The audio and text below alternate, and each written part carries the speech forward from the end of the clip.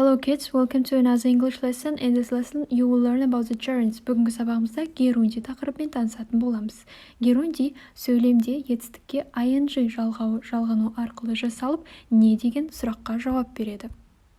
For example, swimming keeps me fit. Жүзу мені шынықтырады. Swim деген етістікке ing жалғанып, бізде герунди пайда болды, және ол сөйлемде what, яғни не деген сұраққа жауап беріп тұр. What keeps me fit? Swimming keeps me fit. Байқағанымыздай герунди ing жалғауымен аяқталады. Бірақ ing жалғауы бар барлық сөздерді біз герунди деп атай алмаймыз. Мысалы, келесі мысалдарға мән беретін болсақ, Her singing was appreciated immensely.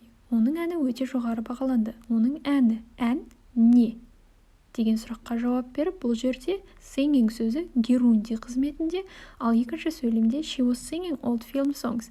Ол ескі фильм әуендерін шырқау немесе ән айту етістік қызметінде. Яғни етістік қосылған ing ол бізде герунди. Verb ол етістік.